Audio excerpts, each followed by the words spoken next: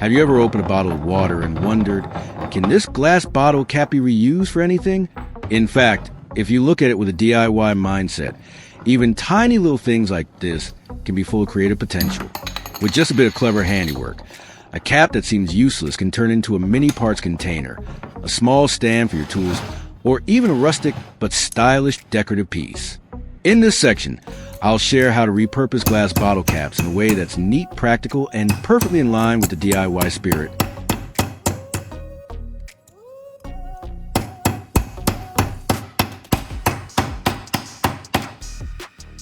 Budget-friendly yet full of personality. Once the cap has been completely flattened, it takes on a whole new form, almost like a small metal disc with a clean, rustic surface.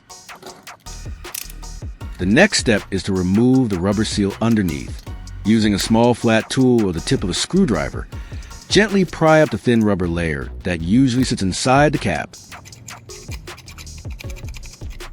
It peels off surprisingly easily, revealing the clean metal surface beneath. With the rubber layer removed, you can move on to drilling a clean hole right in the center of the cap. First, place the flattened cap into a vise to keep it perfectly steady. After lifting the drill,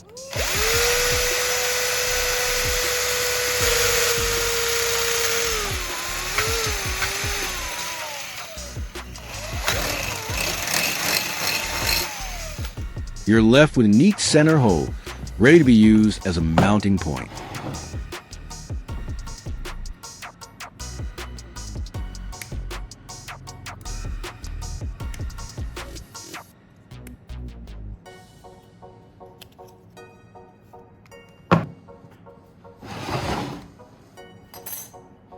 After drilling the center hole, you can start assembling the fastening system. Take a rivet and slide it through the hole you've just made in the cap. On the opposite side,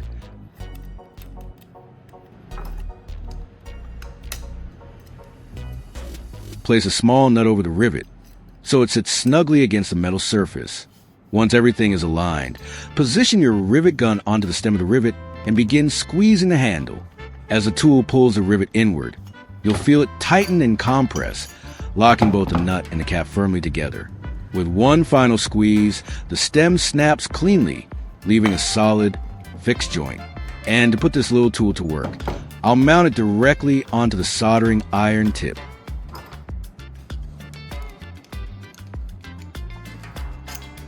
However, the rivet stem seems a bit too small compared to the opening of the soldering iron tip, so I'll swap it with another rivet head that fits better. I take a second rivet, remove its head, and slide that head onto the existing rivet stem, like a small metal adapter.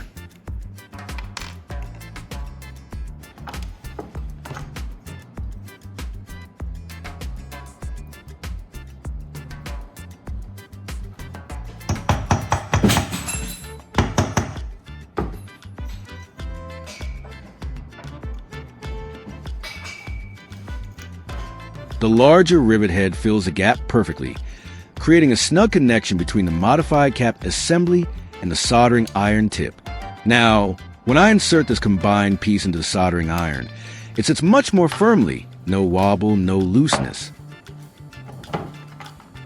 The added rivet head acts like a custom spacer, ensuring the whole attachment locks neatly into place and can withstand heat and pressure during use.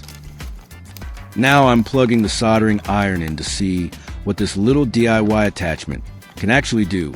Here are two plastic bags that I've already cut open, and now I'm going to use this DIY heating tool to seal the edges back together. Now I'm taking a handful of small rivets and placing them into the first plastic bag.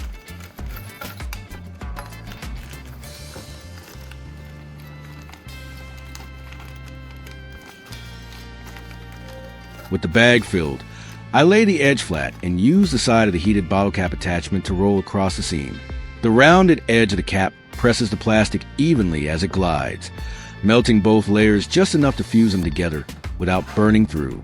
As I roll the heated edge from one side to the other, the plastic bonds into a smooth, solid line, almost like using a tiny heated roller.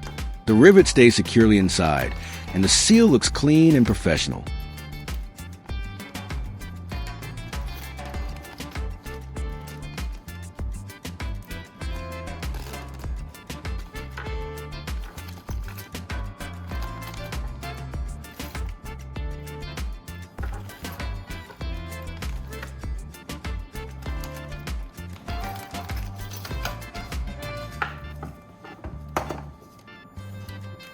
Next, I take a flat washer and place it inside the second plastic bag. I spread the bag out so the washer sits flat, then line up the open edge. Using the same heated attachment, I press gently along the seam, letting the warmth melt the two layers together. The plastic softens almost immediately, and with a slow, steady motion, I seal the entire opening. This plastic bag sealing trick works surprisingly well. The DIY heated attachment gives just the right amount of heat, letting the plastic fuse cleanly without burning. Now let's move on to another clever trick you can do with this modified soldering iron.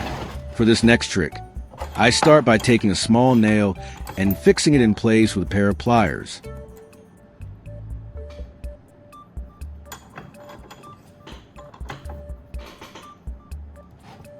So I slowly push the nail until it forms a clean 90-degree angle.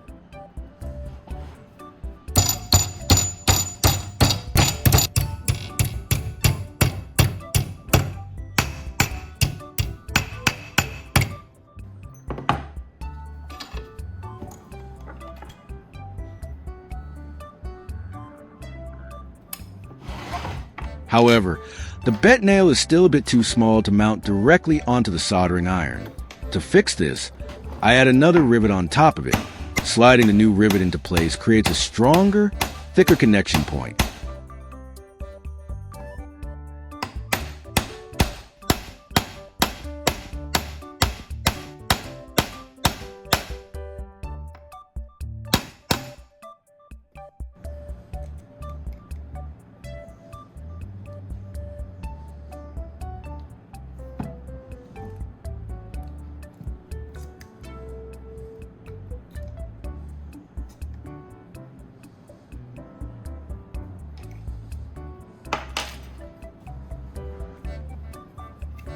Next, I prepare staples.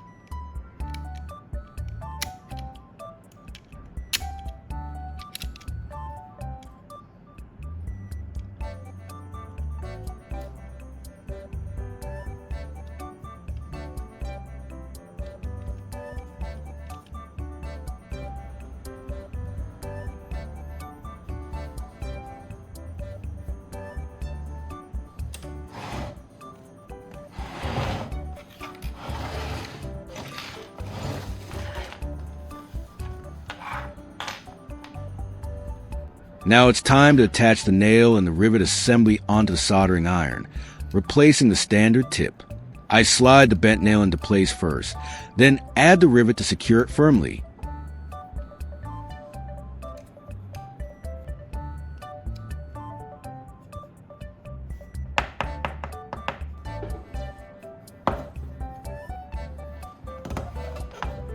Here's a small cooling fan with a broken blade. One of the fan's blades is snapped off, making it unbalanced and useless in its current state. I'm going to repair it by carefully reattaching the broken piece. Using a strong adhesive or a tiny DIY fastener, I'll secure the blade back in place, making sure it's straight and balanced.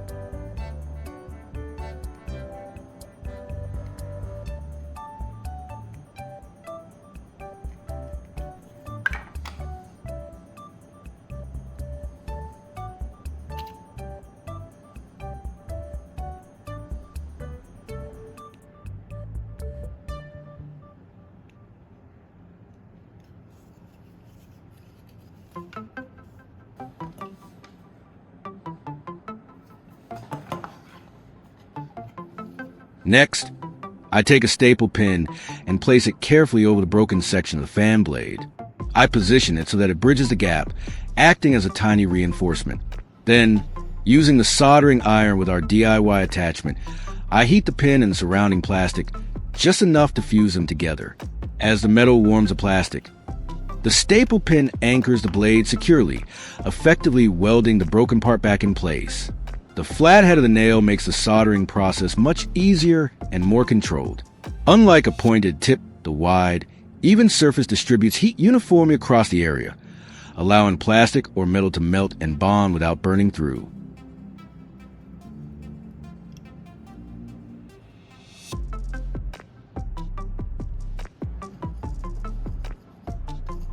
After soldering, the repaired area looks neat and solid. The plastic is fused smoothly around the staple pin, and the broken fan blade is held firmly in place. There are no gaps or weak spots, and the joint feels strong to the touch.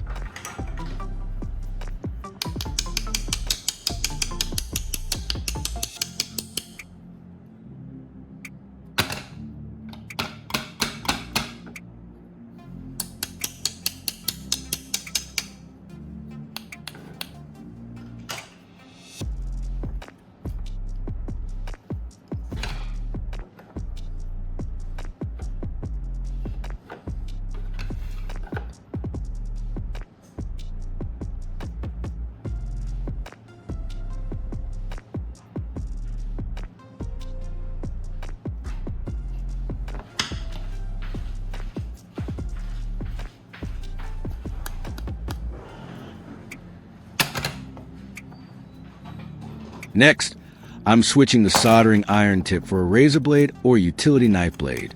By attaching a thin, sharp blade instead of the standard tip, the tool can now be used for precise cutting, scoring, or trimming tasks.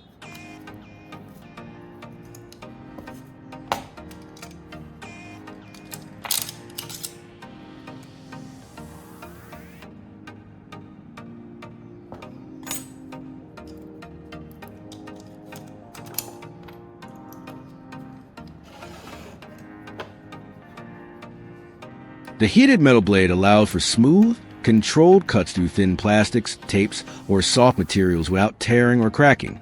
This simple swap turns a soldering iron into a mini hot knife, perfect for DIY projects that require clean, exact edges. I heat the soldering iron and attach the utility blade to the tip.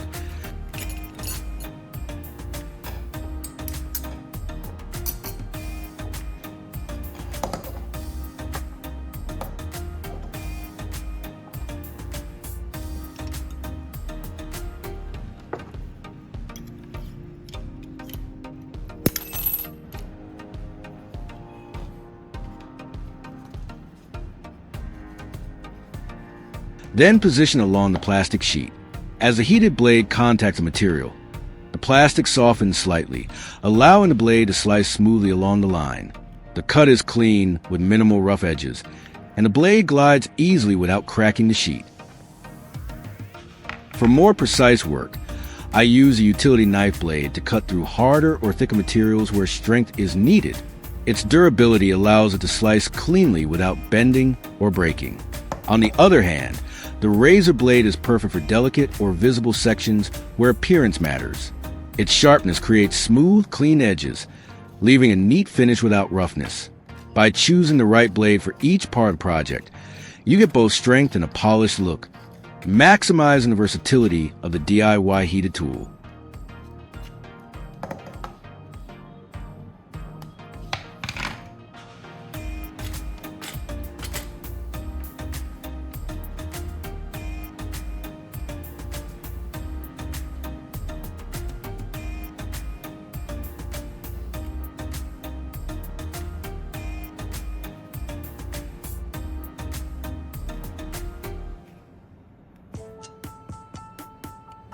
This is a quick way to make straight, precise cuts using a tool you already have in your DIY setup.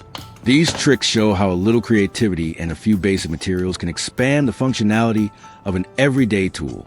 With careful handling and some practice, you can tackle a wide range of small DIY tasks efficiently, safely, and with surprisingly professional results.